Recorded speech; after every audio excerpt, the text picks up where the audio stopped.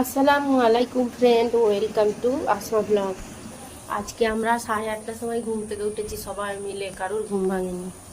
আকিলকে সকালবেলা 6টার সময়, পৌনে 6টার সময় পড়তে পাঠিয়ে এখানে সমস্ত কাজ করে তারপর চাটা চাপিয়েছি। এখানে হচ্ছে আমাদের চা, আর এটা হচ্ছে দিদিদের, ওদের তিনজনের, আর আকিল বাবা দুধের চা খাবে। আতিবাবু ঘুম থেকে উঠেছে, আতিবাবু একা একা বিরাজ করছে। করো, কি করো দেখি, কি করো। Wow, super. আমার মনে হয় একা বিরাজ করতে পারে। থু করো, আবার থু করো দেখি, কি সুন্দর থু। হেভি, আমার ছোনা পাখি। বাহ বাহ। আমার আতিফ বাবু পানি খাচ্ছে, এখন আমার আতিফ বাবু খাবার খাবে। ওয়াও, ডিমটা খুব পছন্দ করে, তাই জন্য ওয়াও বলছে। হাজবেন্ড বাজারে গেল, বাজার থেকে চিকেন কিনে আনলো, আর তার সঙ্গে এলাচ শেষ হয়ে গিয়েছিল, এলাচটা নিয়ে এলো।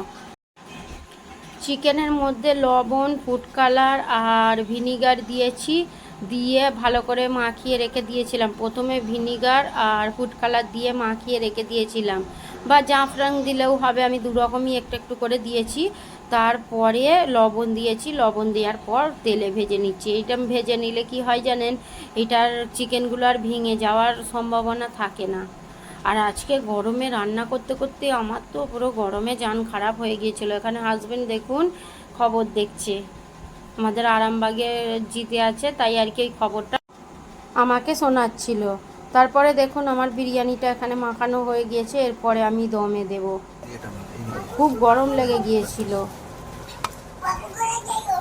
গাইস, গরমে আমার শরীরটা খারাপ হয়ে গিয়েছে। হাজবেন্ড রেডি করে দিচ্ছে, দেখুন হাঁড়িটা এনে দিল, এইখানে সব রেডি করে দিয়েছে। আর কটা বাজে দেখুন, এবার আমরা খেতে বসবো। আর তো জোর গরম লেগে গিয়েছে, আবার ট্যাঙ্কিতে পানি শেষের দিকে গরম, কলটাও চালানো হয়নি, গরম পানিতে গোসল করেছি। জানেন কি কষ্ট হচ্ছে, আবার 2 বোতল ফ্রিজের পানি নিয়ে গোসল করলাম। এটা হচ্ছে আমার আতিফ বাবা। আমার ননদ এসেছিলো কালকে, তার ছেলে আর মেয়েকে নিয়ে এসেছিলো, আর আজকে ভাই এসছে, ভাই এই তরমুজটা নিয়ে এসছে। তারপরে ভাত খেয়ে ওটার খানিকক্ষণ পর তরমুজ আর মিষ্টি দিয়েছিলাম। আর ওরা আজকে তাড়াতাড়ি চলে যাচ্ছে, আর একটু পরে হয়তো, যেহেতু ভোট গণনা হচ্ছে না, ভোট গণনা আজকে 4 তারিখ, তো ওই জন্য আর কি একটু তাড়াতাড়ি সন্ধ্যের আগে আর কি বাড়ি চলে যাচ্ছে। ওরা রয়েছিল, বেশ ভালো লাগছিল জানেন। আকিল বাবা আর আতিফ বাবা দুজনেই হয়েছে আমাদের মতো, আমরা কুটুম খুব ভালোবাসি। আর ওরা চলে যাচ্ছে, আর কি করা যাবে। আবার আসতে বলেছি খুব তাড়াতাড়ি, বলেছে আচ্ছা ঠিক আছে তাড়াতাড়ি আসবো। আর ভাই বেশি তাড়াতাড়ি করছে, চলো চলো দেরি হয়ে যাচ্ছে, ভাই বেশি তাড়াতাড়ি করছে। হাজব্যান্ড আবার একটু রাখতে গেল, আমি বললাম যে একটু রেখে এসো।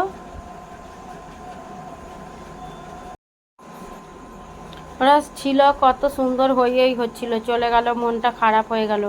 আর আমার আতিফ বাবা কত কাঁদছিল জানেন, আতিফ বাবা খুব কাঁদছিল। কি হয়েছে? আতিফ বাবা বিকালে ঘুম থেকে উঠলো, এইগুলো দিলাম খেতে, সন্দেশটা অর্ধেকটা খেলো। সারাদিন আর তুলতে পারিনি, এই রাত্রিরে একেবারে এই রুটিটা করছি, আপনাদের দেখাচ্ছি। লাইনটা ছিল না, তো লাইনটা ছিল না বলে এই চার্জ দিয়ে, চার্জার লাইটে চার্জ দিয়ে একটুখানি রেখেছিলাম, সেটাই জ্বলছে। আর সন্ধ্যাটা থেকে জ্বলছে, তো ওই জন্য আর কি তাড়াতাড়ি শেষ হয়ে গিয়েছে। আর এখন কটা বাজে দেখাচ্ছি না, সন্ধ্যা থেকে ওই লাইটটা জ্বলছে, তাই জন্য আর কি হচ্ছে না। এখানে রুটি করে নিচ্ছি, আর এই যে সবজি আছে চিকেন আলু, এইটাই খাওয়াবে। আর হাজবেন্ডের ভাত আছে, একটুখানি ভাত আছে, ওইটাই খেয়ে নেবে। কথা বলতে বলতে পুড়ে গেল রুটিটা একটু। আর এইগুলো সব কত ফ্রেশ। আর এইটা দেখে আতিফ বাবা খেয়ে ঘুমিয়ে পড়েছে, আর আতিফ বাবা ওই যে ওখানে খেলছে। আপনারা কিন্তু আমার ভিডিও দেখছেন, লাইক করছেন না, প্লিজ একটা লাইক করে দেবেন।